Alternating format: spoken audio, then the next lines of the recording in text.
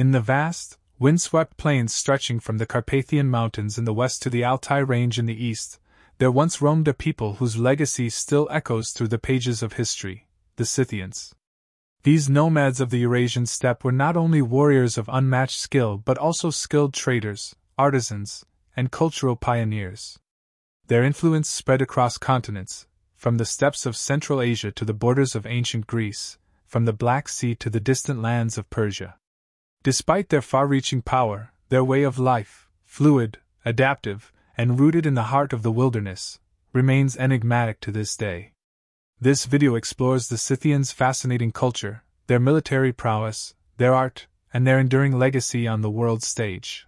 The story of the Scythians begins around the 9th century BC, in the vast expanse of the Eurasian steppe. It is from this seemingly barren land, where the grasslands stretch endlessly and the winters are harsh, that one of the most formidable warrior cultures in history would emerge. The Scythians were part of the larger group of Indo-Iranian nomads.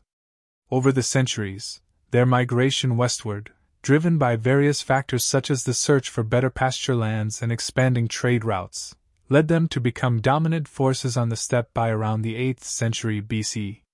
Historians suggest that they were initially influenced by the Iranian-speaking tribes, but over time they evolved into a distinct and powerful people, setting themselves apart through their unique way of life.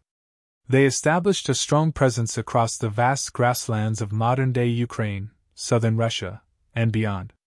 With their nomadic lifestyle, the Scythians were unmatched horsemen, employing advanced techniques in both horseback riding and archery.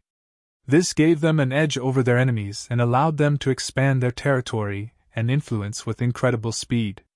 At the heart of Scythian society was the horse, an animal that not only served as transportation but also as a status symbol and a tool of war.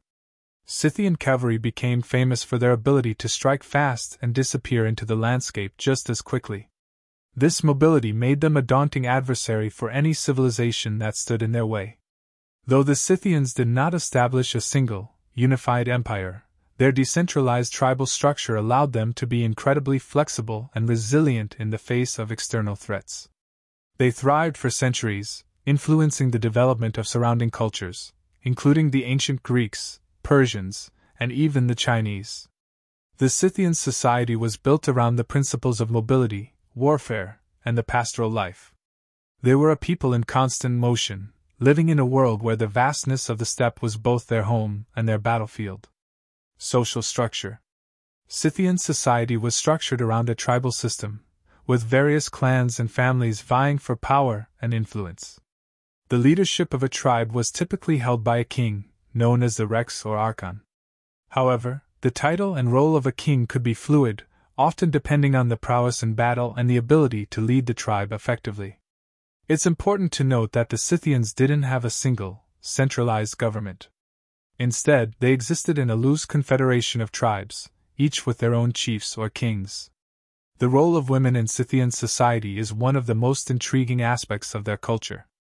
Ancient Greek historians like Herodotus and Strabo wrote about the Amazonian women of the Scythians, fierce warriors who fought alongside men and even led their own troops into battle. Archaeological discoveries have since confirmed the existence of powerful female figures within the Scythian warrior class. These women, sometimes buried with weapons and armor, challenge the conventional understanding of gender roles in ancient warrior cultures. Religion and beliefs. Religion was deeply interwoven with the Scythians' way of life. They practiced a form of animism, believing in the spirits of nature that inhabited the steppe and the animals that roamed it. The Scythians worshipped a variety of deities, most notably the sky god, Tabidi, the goddess of fertility, and the god of war. They also practiced burial rituals that were both elaborate and symbolic, believing in an afterlife that mirrored the life they led on earth. Scythian burial sites, known as kurgans, have provided modern archaeologists with a wealth of information about their society. These mounds of earth, which covered the tombs of important Scythian leaders and warriors, contained rich artifacts including weapons, jewelry, and even human and animal sacrifices. The burial of horses with their riders was a particularly common practice, symbolizing the Scythians' belief in an eternal journey into the afterlife, where the horse would accompany its rider. Economy and trade. The Scythians were not just warriors, they were also skilled traders. Their position at the crossroads of the East and West allowed them to act as middlemen between the great civilizations of the time. Through their trade routes, the Scythians brought goods from the East to the West, including precious metals, silk, and luxury items. They also played an essential role in the transmission of goods and ideas between the Persian Empire, Greece, and the nomadic cultures of Central Asia. Their craftsmanship was highly prized as well. Scythian artisans were known for their finely crafted weapons, jewelry, and other items made of gold, bronze, and iron. The art that adorned their swords, shields, and armor often depicted animals, particularly horses, deer, and other wildlife that roamed the steppes. The distinctive animal style of Scythian art, which combined realistic depictions of animals with stylized, geometric patterns, has influenced many cultures throughout history. The Scythians' reputation as fierce warriors is one of the central themes of their history. Their military tactics, honed through centuries of nomadic life, were a model of speed, mobility, and terror.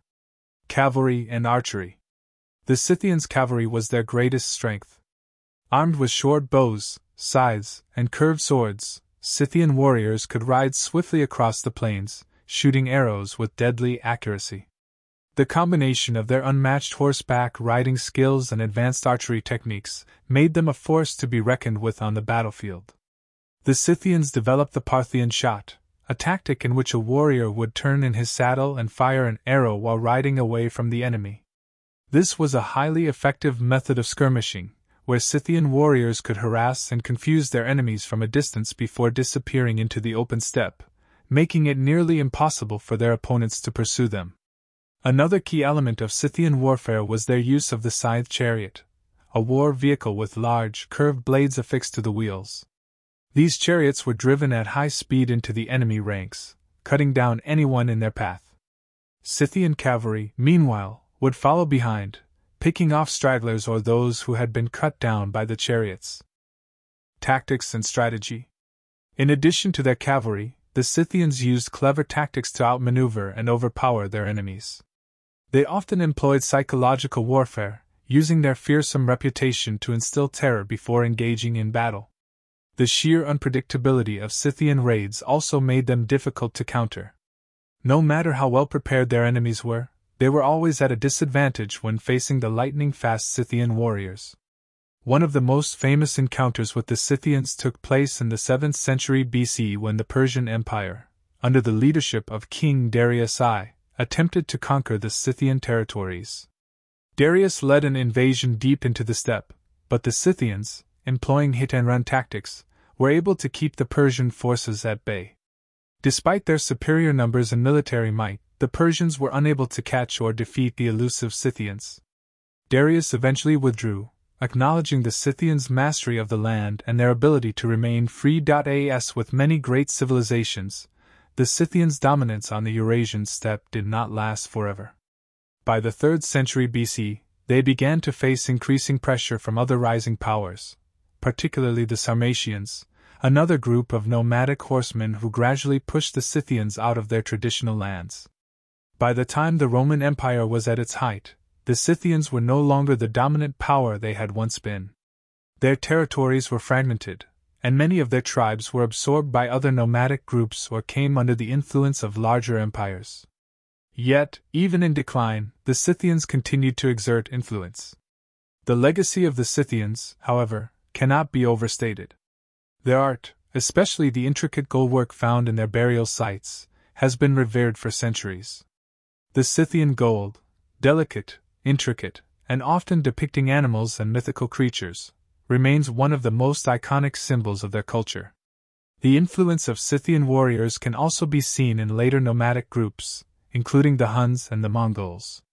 These people inherited much of the Scythians' military strategy and way of life, from the use of cavalry and archery to the social structure of tribal confederations. The Scythians were more than just warriors. They were a people who, for centuries, lived in harmony with the land they inhabited. Through their art, their warfare, and their interactions with other cultures, the Scythians left an indelible mark on history. Although their empire may have faded into the winds of time, the echoes of their influence still resonate today. From the ancient art found in Scythian tombs to the military strategies that inspired future conquerors, the legacy of the Scythians continues to shape the world in subtle yet powerful ways. As we look back at these remarkable nomads, we are reminded of the power of adaptability, resilience, and the enduring spirit of a people who roamed the vast plains of the Eurasian steppe.